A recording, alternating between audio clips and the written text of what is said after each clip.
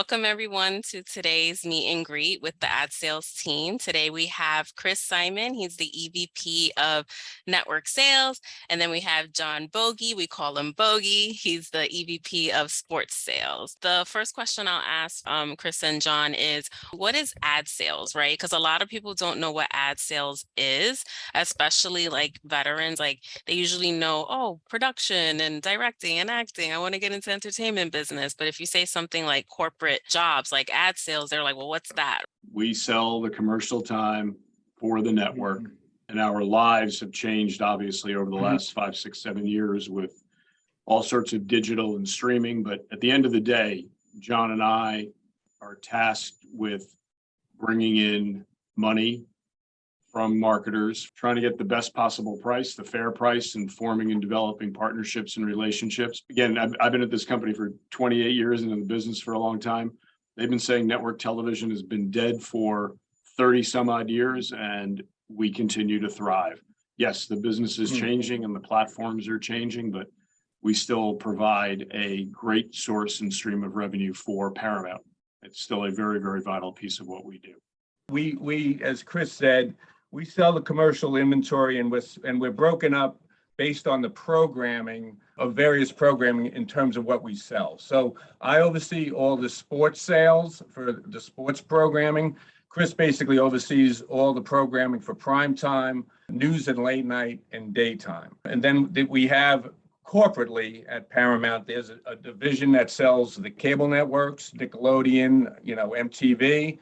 And then there's a digital sales force that sells the digital platforms along with Pluto and Paramount Plus. The great thing about, in terms of what I sell, our sports portfolio is terrific. So it basically encompasses for us, our key properties would be the NFL, NCAA basketball, which would include the Final Four, PGA Tour, and along with the PGA Tour, we televise two majors, the Masters and PGA Championship. We do not sell the commercial time in the Masters, okay? Then our other properties would be SEC college football. We can talk about that a little bit because those rights are about to change because we just picked up the Big Ten. And then UEFA soccer, if you guys are soccer fanatics, that's a big thing that we just also extended. And what you end up seeing on air is not what it was submitted at originally, because people want to push the envelope. They really want to make an impact, and sometimes the impact goes too far. So a lot of that stuff, believe it or not, gets edited, revised, and in certain instances, it doesn't even make the air. But John, it's interesting with especially with something like the Super Bowl or the NCAA basketball tournament. Not only are we looking at it internally with our standards and practices department, also the NFL and the NCAA also have a say in what they have final say if something doesn't meet muster, or if they don't want something airing within that game, they will not approve it. I was just going to ask that. I'm assuming it depends on the relationship with the company, I guess, and also how much money they give, depending on what slots they get in. Yep, we right. Negotiate. So, we like to start high. They want to start low, and the negotiation begins. Yeah, Ricky, to answer your question, yeah, I mean, we're open for business. As Chris mentioned, we pitch certain ideas or certain programs to clients, but most of the business we write comes through the advertising agencies.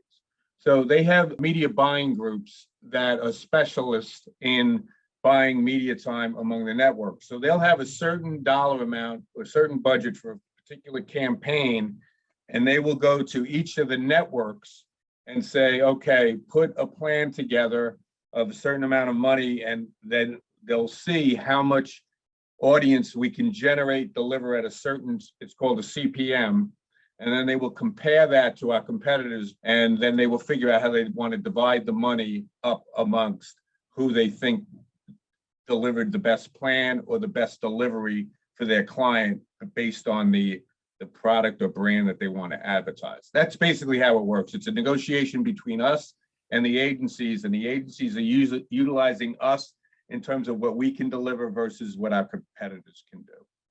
So did you always want to get into ad sales? Did you go to college and say, I want to get into ad sales? No, I mean, my dad, also a World War II veteran, Air Force, was on the advertising side of the business. He was media buyer, media planner, ran different accounts.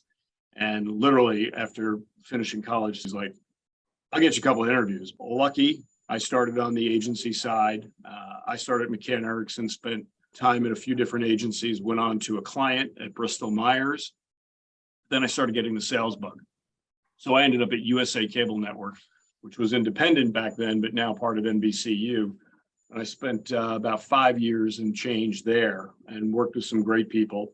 And then there was a sports account executive job open at CBS, and I pitched it and got the job, and that was 1994. And they haven't been able to kick me out since. So it's been a wonderful run. You know, again, I didn't know really what I wanted to do, but I got into this business.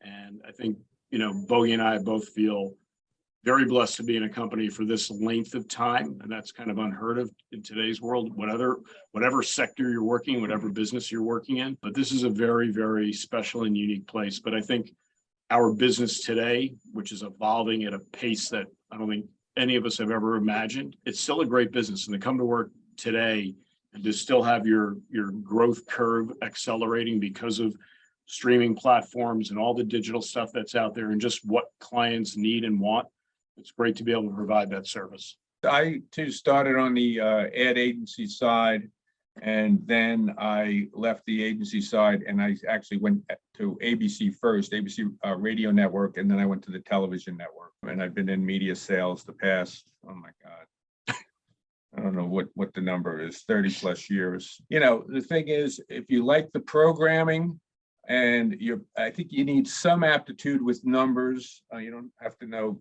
calculus, but you do have to be a little numbers savvy because a lot of it's based on ratings and CPMs and costs, and you know, it's more algebra than calculus, but you need a little bit of aptitude with that, and you have a little bit of personality to go along with it. You can do pretty well in ad sales. Just like in terms of kind of negotiating skills, like was that something that you guys both developed? And then kind of off that, like, is it for John specifically, how involved are you in those negotiations, whether it be selling ad space or like with, you know, SEC or Big Ten Network or whatever? And then Chris, is it the same for you, kind of like when there's a new late night host or like new primetime lineup? How do you guys navigate those, like, you know, kind of challenges while also like having to be good negotiators at the same time? Yeah, in terms of the day-to-day, I have very good salespeople on the street and very good managers. And I think part of being, in terms of my role, you kind of let those guys get into the weeds in terms of negotiating it, Chris, in terms of the back and forth. And, you know, these salespeople that are good, they'll end up figuring out how to close the deal in terms of where they need to be. And the managers know kind of the market as well, in terms of where they think the sweet spot is to get it closed. Chris and I get more involved with the larger deals or upfront deals where it's upfront, the advertisers line up a lot of their dollars before the start of the new season or before the start of the NFL season. And where we are specifically involved in those negotiations. You know, Chris took the lead on a number of them with regards to closing agencies up front. You kind of develop over the years, Chris, you know, it's not just like black and white. You kind of have, it's a little bit of art in terms, you have a sense in terms of where, you know, you can get certain things done. And that over time, you kind of develop a feel for that. You know, John, when we were buyers and as our careers were evolving and you kind of got the sales bug in your head, like I said, you know, you're like, I think I want to get into sales. As a buyer, you're dealing with, you know, salespeople from cable networks and now from streaming, from digital platforms, from all sorts of different media platforms and media outlets. So you kind of like would meet and negotiate or just starting to get to know different salespeople. You sort of develop your style over time. But John's right. There is a little bit of art to the negotiation. I think we're good negotiators and fair negotiators. And at the end of the day, we treat our clients truly as partners. And it's important, especially because the media dollars aren't getting any bigger and they have a plethora of choice. You know, years and years ago, people used to say a network salesperson would just sit and answer the phone and the orders would come in. That's not the case anymore. We're not a must buy. As great as our content is, there's 1,000 different choices out there. And it comes down to what the price is, what am I getting? So we have to continue to develop and maintain our relationships and continue to develop our sales teams and get them out there and get them selling. It's every day is you've got to be out there. You've got to be in front of our clientele. I just feel very blessed for what I do. You still, I think it's great to be able to come to work every day and have a great passion for it. And I do believe our company is poised for greatness. I really, really do. I think we're all in a wonderful, wonderful company that has some huge potential going forward. It's an exciting time in the business.